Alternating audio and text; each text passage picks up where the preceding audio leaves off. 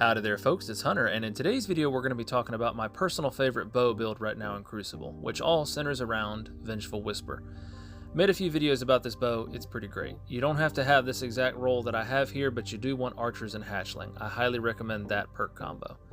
Also, you want to be running Strand Hunter, you want the Threadling Grenade, Threaded Spectre, Widow's Silk, and then all the fragments that I'm going to show here, which all synergize with the Threadlings. The most important one being Thread of Rebirth there, because that's going to give you extra Threadlings whenever you get kills. I'm also running a Brigand's Law, but you can use any sidearm, SMG, shotgun, anything close range like that. And then I'm wearing Oathkeeper to help with Sundering here so that I don't get resilience checked as much. Sort of a abbreviated description there. Sundering does get resilience checked on 5 resilience and below if you're not landing the perfect draw, but if you are landing the perfect draw, then you can go as high as 8 resilience and still get the perk to proc on a headshot. The way that it works is you break their shields and then the bow gets dramatically faster. If you're also landing a headshot, it's going to combo with archers and it's going to make this bow feel just as fast as Hush, and it's about as fast as a bow is going to feel right now in the current sandbox. So what's the purpose of this build? Why did I make this, and what does this build accomplish? So I was kind of trying to come up with something that's sort of the opposite of the aggressive bow build that you're seeing circulating around a lot. I know I just recently made a video on that one, but this is sort of the sister build to that, or this is what I would consider to be the opposite of that. And there's a whole lot of different bow builds out there, and there's some variances to this one as well. For instance, you definitely don't have to be a hunter. You can get away with Warlock or Titan and try to run as many Threadlings as you can on there, although I will say Warlocks will have better success there. And Titans you can supplement. Instead of having Threadlings, you could be running your Ensnaring Shield there, and with Dringer's Lash if you really wanted to, and then Hunters as well, you could also run Ensnaring Slam instead of having to use the Threaded Spectre. But I like Threaded Spectre because it's got so much versatility to it, which we'll get to in a second. But I'm kind of rambling. Back to the point of the build. It's supposed to be the opposite of an aggressive build, and yet it's also somewhere kind of in the middle. Sort of an all-rounder, jack-of-all-trades type of build. We're going for more of a control-oriented build, something tactical, something that's going to put you in an advantageous position in every engagement as often as possible. So instead of just rushing in and dying all the time because you're trying to be aggro with a bow, let's face it, we don't all have super great aim, which to be successful with one now, you either got a bow swap, you got to use weighted throwing knife or some other kind of heavily damaging charged melee. You know, you're not really going to be able to just solely use the bow. There's some really great players out there that can, but for most of us, myself included, you want something that's a little bit more, requires you to think a little bit more and puts you in a better position. And so that was kind of the point of this build. I kind of think of it like a ranger. So, you know, think of D&D, Baldur's Gate, whatever. You're using your little buddies in every fight with you as much as you can to try to either soften up the enemy or finish them off, or even at the very least just distract them. Threadlings got nerfed a while back, but they're still fantastic. And that's because you can't nerf the most important aspect of Threadlings, which is that they're distracting. People either going to shoot them, which wastes time that they could be shooting you, or it's going to distract them enough for you to get away if you need to get away because you're low health, or whatever the case may be. There's a whole lot of uses for it. And having all those little buddies help you in as many fights as possible is super duper useful. And right here in this little bit you're about to see, I'm going to get attacked by a super, and I just start throwing down all the abilities that I can. And the Threadlings are helping me, they're distracting him, they're jumping on him, they're damaging him, and I just barely managed to get the kill on him, even though his teammate cleans me up. But that was against Dawnblade, which is one of the best supers in the game, and is pretty hard to typically win a fight with. But it's because I wasn't alone. I had a teammate nearby that shot him a little bit, and then I had my army of Threadlings to help.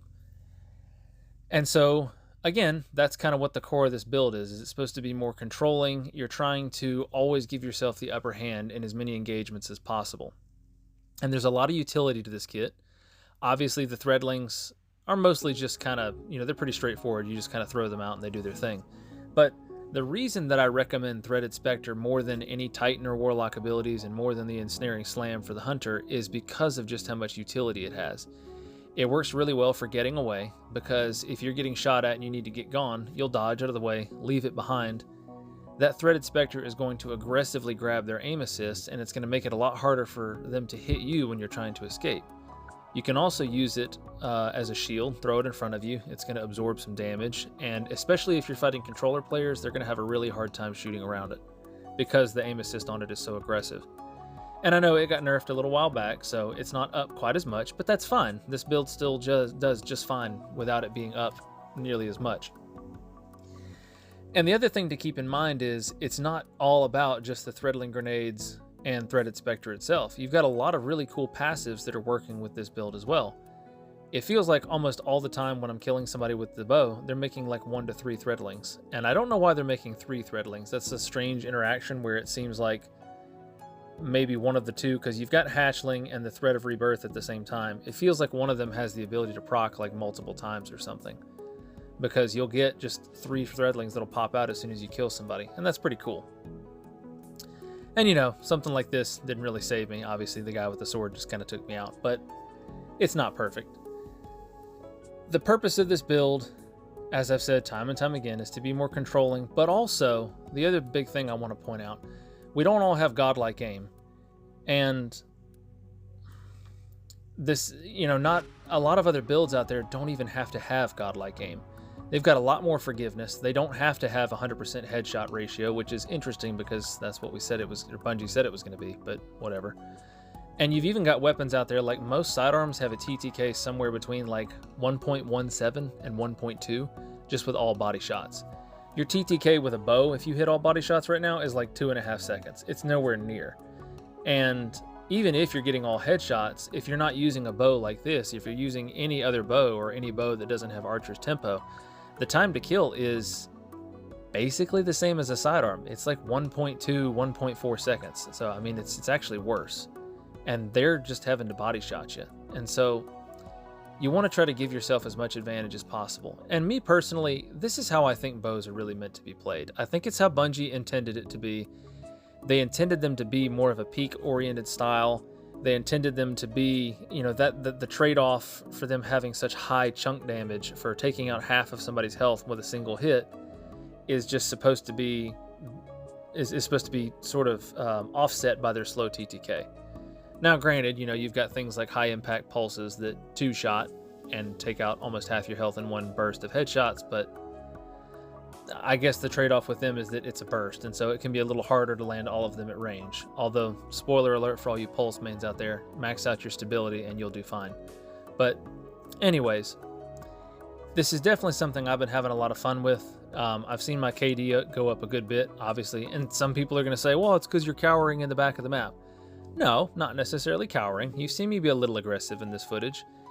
It's all about balance. It's all about finding something well-rounded, and it's all about finding that point of balance in the middle where you learn when to be aggressive and when not. And that's why I think this build is also a good learning tool, because it's going to help you figure out the best times to push, when you have the advantage.